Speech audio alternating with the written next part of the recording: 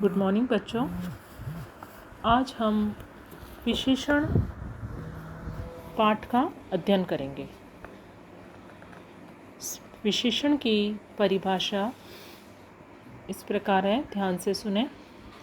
संज्ञा या सर्वनाम शब्दों की विशेषता बताने वाले शब्दों को विशेषण कहते हैं। विशेषण शब्द जिन शब्दों की विशेषता प्रकट करते हैं उन्हें विशेष्य कहते हैं। जैसे कि काला कुत्ता। अब इसमें काला क्या है? काला विशेषण है और कुत्ता विशेष्य है। क्यों? क्योंकि जिसकी विशेषता बताई जाती है वह विशेष्य होता है और जो विशेषता हमने बताई है वह विशेषण कहलाता है। इसके मुख्य 4 भेद हैं। पहला गुणवाचक विशेषण, दूसरा संख्यावाचक विशेषण, तीसरा परिमाणवाचक विशेषण और चौथा सार्वनामिक या संकेतवाचक विशेषण। सबसे पहले गुणवाचक विशेषण किसे कहते हैं? संज्ञा और सर्वनाम शब्दों में गुण, दोष, रंग, रूप आदि को बताने वाले शब्दों को गुणवाचक विशेषण कहते हैं। जैसे कि काला, गोरा, स्वस्थ, मोटा, पतला, कमज़ोर, साहसी, कायर इत्यादि। उदाहरण के लिए जैसे वह एक साहसी बालक है, तो इसमें बालक विशेष्य है और साहसी विशेषण यानी कि उसकी विशेषता। तो इसमें गुण बताया जा रहा है साहसी बालक।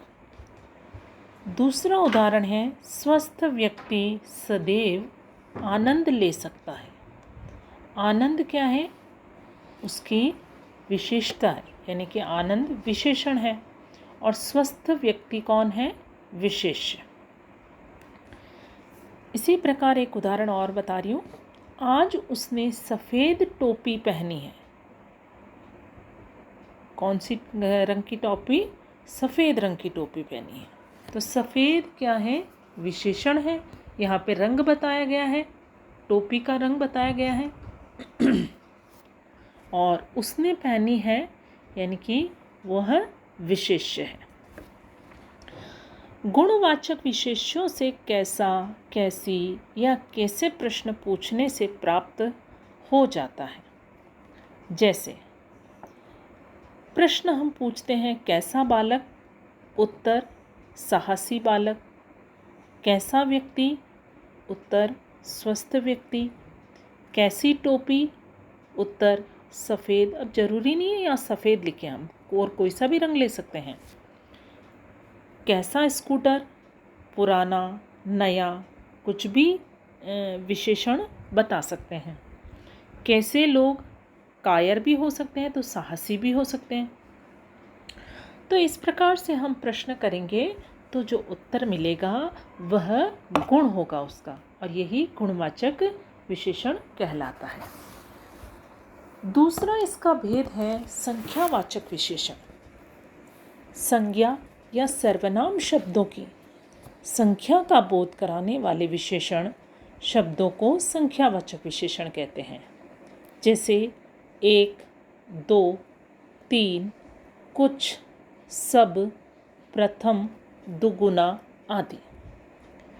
उदाहरण के लिए जैसे कक्षा 7 में 25 छात्र हैं। 7th कक्षा में कितने छात्र हैं? 25। अब हम इसको प्रश्न किस तरह से पूछ सकते हैं? कितने छात्र? उत्तर आएगा इसमें 25 छात्र। तो यह संख्या बताई जा रही है, इसलिए 25 इसमें क्या है? संख्यावाचक विशेषण है। और विशेष्य क्या हुआ इसमें? छात्र। इसी प्रकार से दूसरा उदाहरण है, इस टोकरी में कुछ अनार है। प्रश्न करते हैं जैसे कि कितने अनार हैं? उत्तर में आएगा कुछ अनार हैं। कोई संख्या नहीं इसमें, कुछ है। कुछ में कितने भी हो सकते हैं, 2 भी हो सकते हैं, 4 भी हो सकते हैं, 10 भी हो सकते हैं। कुछ अनार है, तो ये कुछ भी क्या है? विशेषता है।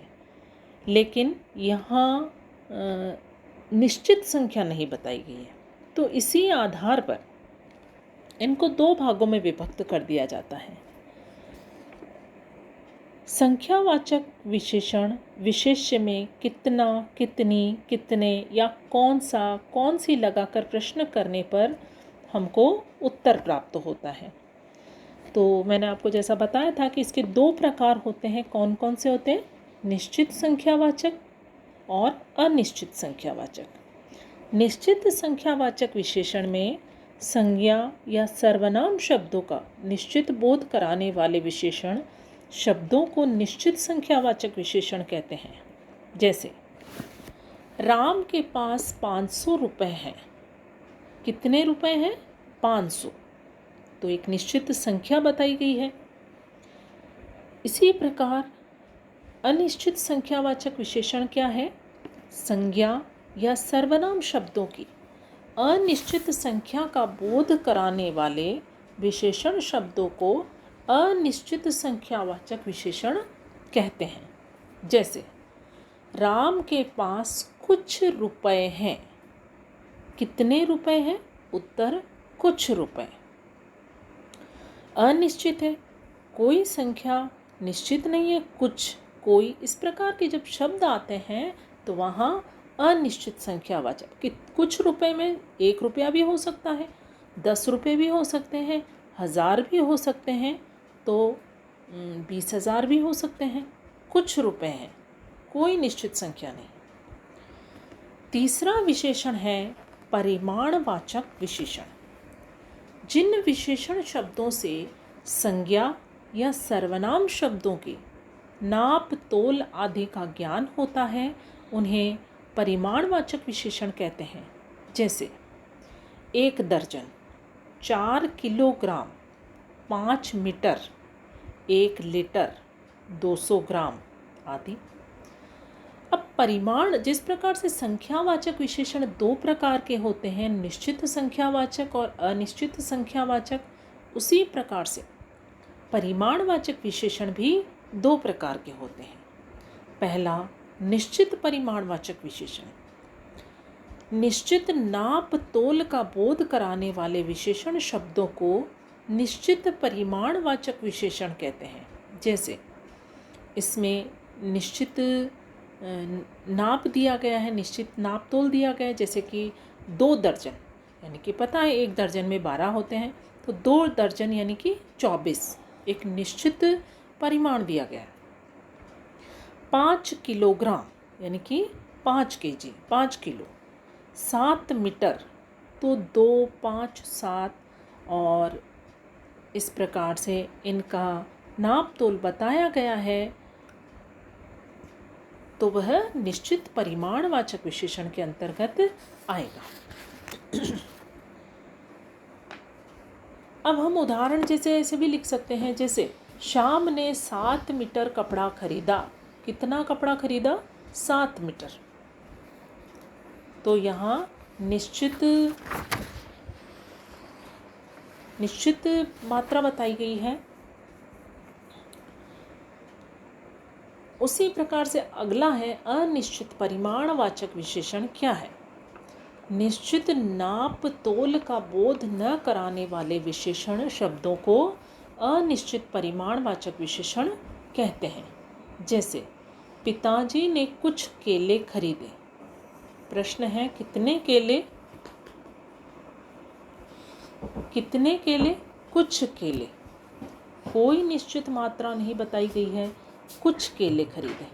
तो इस प्रकार के जो विशेषण होंगे वह अनिश्चित परिमाणवाचक विशेषण के अंतर्गत आएंगे। अंतिम है इसका सार्वनामिक या संकेतवाचक विशेषण। कुछ सर्वनाम शब्द संज्ञा शब्दों के आगे लगकर उनकी विशेषता बताने का कार्य करते हैं।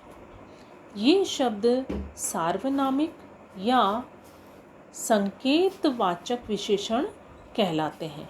जैसे कि वह, यह, ये, वे, इस, उस आदि। जैसे यह कलम तुम्हारी नहीं है, तो यहाँ यह क्या है, एक संकेत दिया गया है। प्रश्न हम ऐसे पूछ सकते हैं कि कौन सी कलम, उत्तर में आएगा यह कलम तुम्हारी नहीं है, यह।